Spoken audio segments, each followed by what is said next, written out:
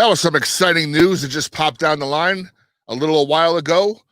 I had to stop in my tracks. I was doing some work, and I had to come home and talk about this one. I got a few texts asking me why am I not online breaking down this trade, talking about the big trade. As you see there on the bottom scroll, James Harden is now a Brooklyn Nets. Wow. Wow, wow, wow, wow. Let me preface this by stating that I am not a neophyte Nets fan. I am not hey, they're in Brooklyn now. I'm a Nets fan. Hey, they're in Brooklyn now. I hate the New York Knicks. I am a Nets fan now. I have been a Nets fan since 1981, 1982. Quick story, little recap. My parents had a business. They had a New Jersey lottery machine. And around that time, the New Jersey Nets made the playoffs against the Philadelphia 76ers. The lottery gave a couple of free passes to the game. My dad took me, and I fell in love with the Brooklyn Nets at that point. Probably, I got to look at the exact date, 11 or 12 years old. So I just had to get out there, and I've been a fan since then. So it's not like I'm rooting or just this neophyte Brooklyn Nets fan. And by the way, for I-95 Sports Network and our other ventures we're doing, I am putting together a Brooklyn Nets show to go on the air. I just wanted to jump online real quick and say my 2 cents regarding this trade. Hey, it is plain and simple. The Brooklyn Nets have to bring home a chip within the next 2 to 3 years, or else, like I was telling one of my boys after the trade was made, or else the Nets are back to the dinosaur era. They are back to the caveman era. They are back to the seasons of 22 and 60, 20 and 62. Maybe get lucky you win 30 games one year if you catch a break. So, quite frankly, hey, they got to win this chip in the next couple of years, and it'll all be worth it because you play to win. You play to win championships. Now, that being said, the only thing I don't have with me, which I'll have hopefully for tomorrow or later on today, basically would be what the Nets roster looks like right now. And if you have any comments regarding the trade, feel free to comment. I'll put it on the air for you. But let's first break down the trade itself, and then we'll talk about it.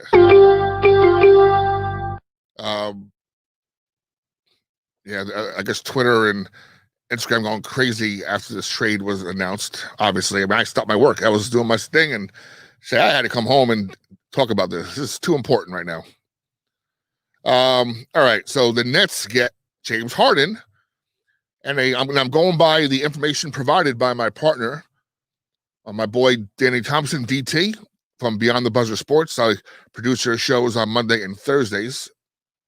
I know Danny has some awesome inside connections in the NBA. So, when I first heard some whispers about it this morning, I texted DT right away, and he went on to say, yes, the rumors are true. And I said, look, I told him straight out, if it's a definite go, text me, let me know. And about the same time, DT was texting me about the trade being finalized and being final. I'm listening to, Craig Carton and Evan Roberts on FAN, and they're about the same time breaking the news about the big trade. So the Nets, all this information I have now, I'm reading right off of Danny's page. He does a great job and everything, so I'm gonna not believe this is misinformation at all. Okay, Nets get James Harden and a 2024 second rounder.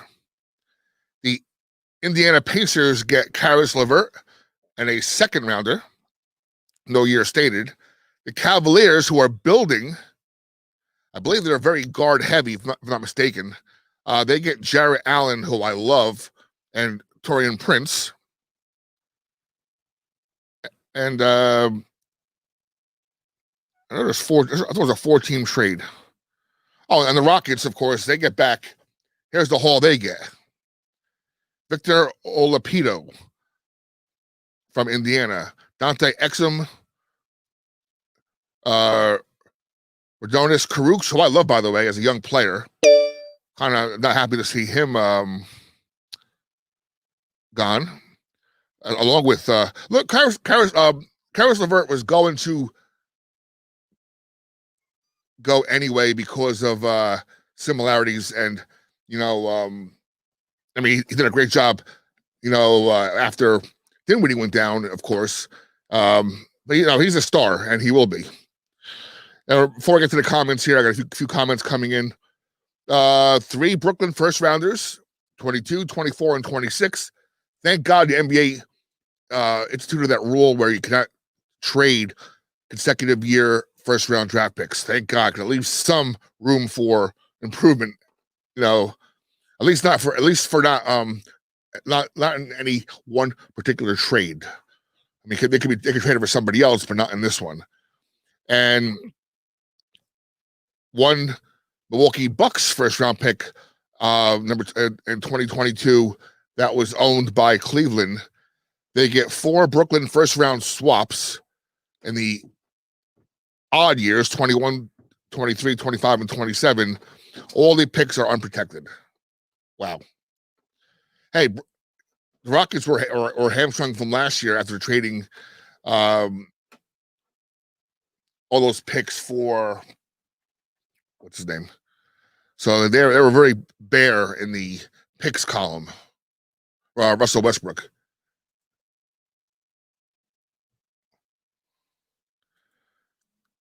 Yeah, what's up, Mike? Yeah, what a draft, what a haul there, what a haul, what a trade. Again, Nets have to win now, and yes, your show is coming. We'll be talking soon. I don't know. My thoughts as a purist, a pure Nets fan, like I said earlier, is that they have to win a chip. They win a chip, it's all worth it. They're playing for now anyway. They got Kevin Durant back from surgery. They got Kyrie Irving, who I don't know where he is today, but he's there somewhere. And they have now James Harden. Potentially the best 3 players on one team. They said on the radio earlier, they were saying since LeBron, Bosh, and Wade. I think it goes back further. I think the best threesome until now would have been Worthy, Magic, and Kareem. But we'll see. I'm not even a Lakers fan, and I'll acknowledge that. All right, so a little breaking news, instant analysis here on I-95 Sports Network. Of course, Brooklyn Nets require James Harden for a plethora of picks, bodies. Maybe they swap some cars, a yacht or two. Maybe even a Waffle House franchise or two. Who knows? But it's done. And all we can hope for as Nets fans is to win a chip within the next 2 to 3 years. It'll be worth it. Then we're back to the dinosaur caveman age. We'll see. I mean, you got to trust. I mean, good. The last big trade with Billy King was a disaster, obviously. Everything considered, including the draft picks and what they lost and what they gave up. Hey, they can hold on to those other odd year first round draft picks. Again, 21, 22, 21, 23, you would think they're still going to be a good team. So those draft picks will be high, way back in the first round anyway. Maybe 25, 27, Come on, Kenny, give it up. The Knicks. You know what?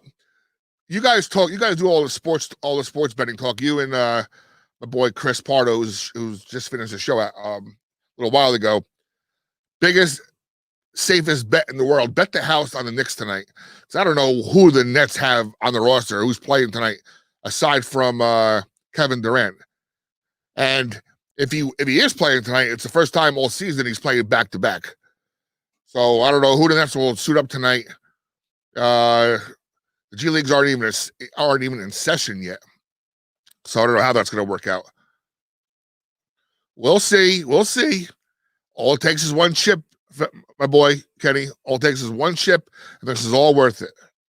This is all worth it. I might pop on your show later if I'll be working.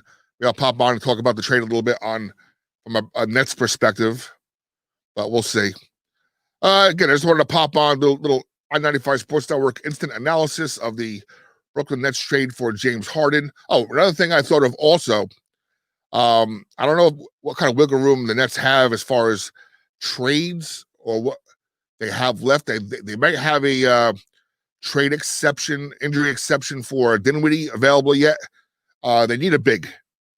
DeAndre Jordan is almost entering the dinosaur age in the NBA, not playing as well. I mean, Jarrett Allen is a slow and steady rising star. And we'll see. We'll see. But Jarrett Allen is has been a slow and steady rising star. And so, I'm sad to see him go. But don't forget. Thank you, Ken. Thank you very much.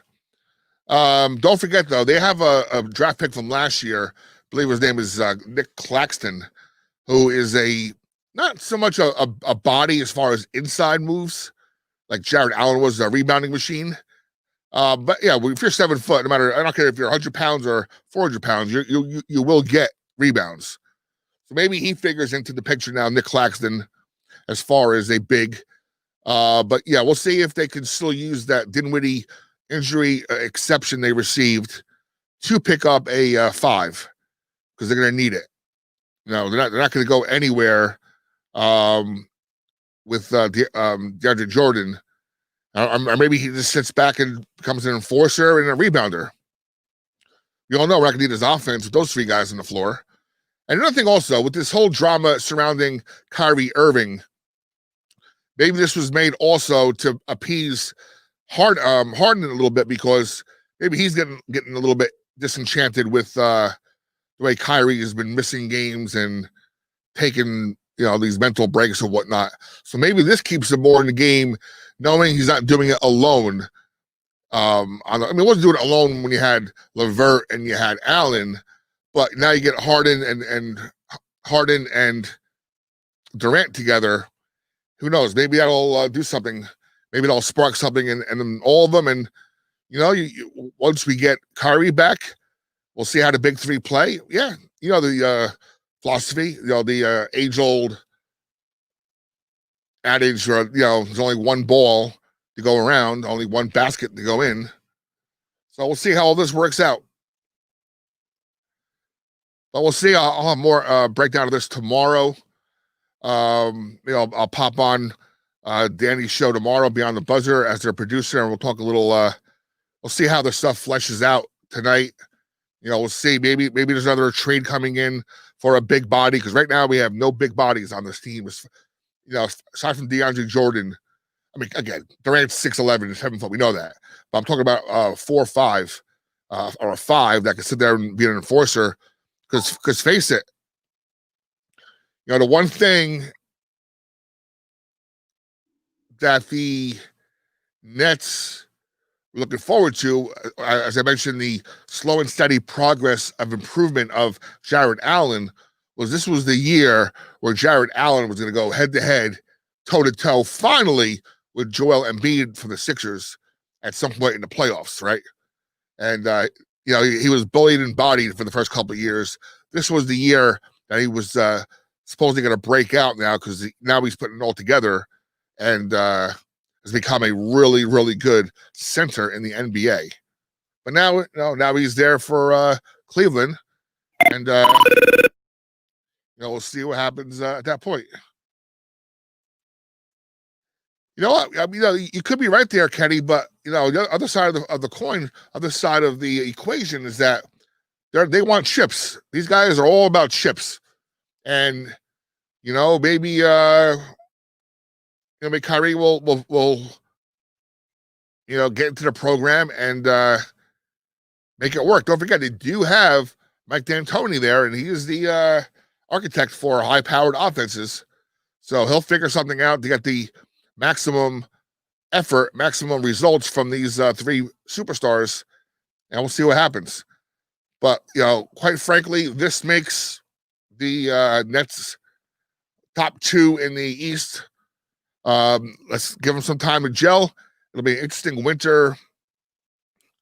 We're in the middle of winter now. It'll be an interesting couple of months as they gel and formulate a rotation. See what Steve Nash and D'Antoni come up with. And we'll see how it goes. If you have any more comments, please say, no, I'm going to end it in a moment. If you have any comments, let me know. If not, add them to the page and I'll respond to them individually. Like I said, I am working on a Brooklyn Nets-centric show for I-95 Sports Network. If you're listening to this now or later and you want to get involved, just leave a message in the comments or direct message me, and we'll move on from there. All right, 5:34, time to get back to work, folks. This is Bobby Blackjack, I-95 Sports Network, Instant Analysis. Coming to you live from the Man Cave Studios here in Bergen County, New Jersey. See you tomorrow. We'll see. I may pop on and do some more analysis after I digest this a little bit and see how it all works out. Take care, folks. Have a good night. Be safe. Wear that mask.